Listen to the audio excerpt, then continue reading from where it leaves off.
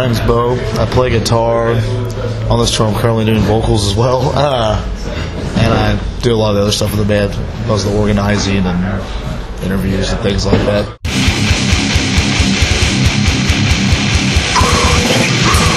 They were great, actually. Way better than I expected. London was insane. Like, I've never seen. I think probably one of my favorite shows of all time. It was insane. I can't really describe it in words, but it was just madness. But yeah, I've been very surprised at the turnout so far, how good it's been. Shocked people know about us.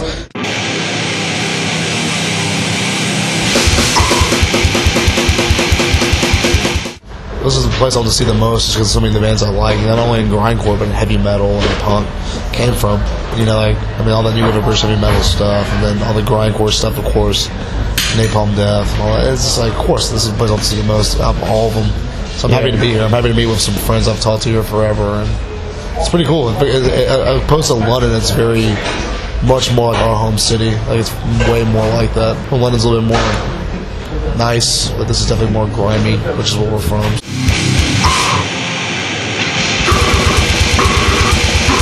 The issue came first, and there was never any idea of touring like that. I mean, Digby brought it up, and we're like, no tour, we're broken up, no touring.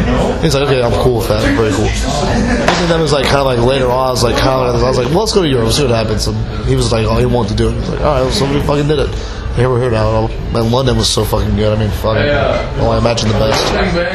It's just kind of Earache kind of idea, and I was like, fuck it, let's go. One last hurrah, let's go out on a high note in Europe, so hopefully it'll go good. You know?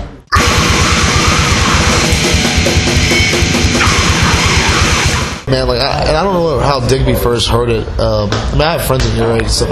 I work at a record store. I talk to all those people all the time. But yeah, a lot of labels contact for like Relapse, and I don't really want to deal with them too much. But Earache and Digby contacted me, wrote me an email, and I was like, man, I'm so honored to actually get to talk to the guy. I was like, yeah, we'll do it. It's not even we're not even on. People think we're on the label. We're not. It's a licensing agreement. It's a license deal. Like, we still own the recordings and all that stuff. But they've been very helpful. They've been very good to us.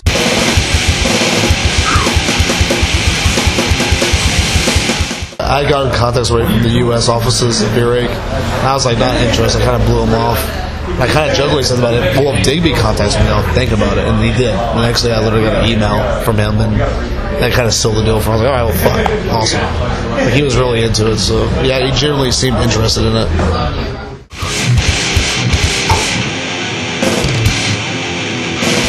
I'm incredibly honored. My favorite death metal record of all time is Entombed's Left Hand Path.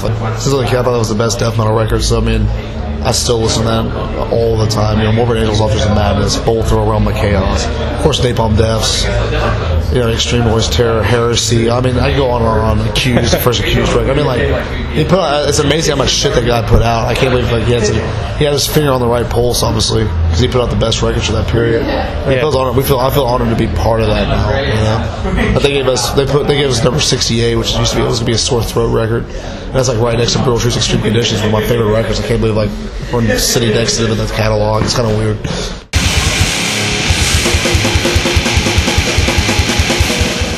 That's super embarrassing. I mean, that's awesome, but I feel very embarrassed about it. Because I mean, there's so many other great records out there that, you know, Pummel our record is like so much better. That could easily be that.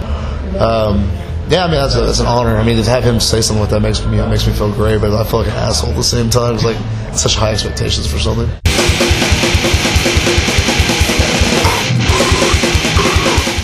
From Enslavement to Obliteration by Napalm Death, or the Pill Sessions by Napalm Death, either one of those, I'll put as my number one. After that, it's a free for all. Assuck, you know, Excruciating Terror, Discordance Access, Terrorizer, like all the like, you know, Terrorizer Will Downfall, you know, Assuck, Misery Index, Discordance Access, Johu, Oral Interior, Excruciating Terror, Divine Fall. I mean, there's just so many, man. Like Phobia, Means of Resistance.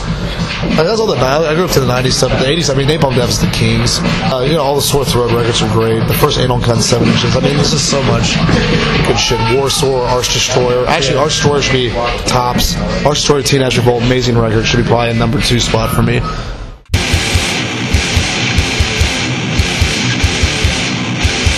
Well, no, there's no doubt. We're 100% broken out. I'd say we're done.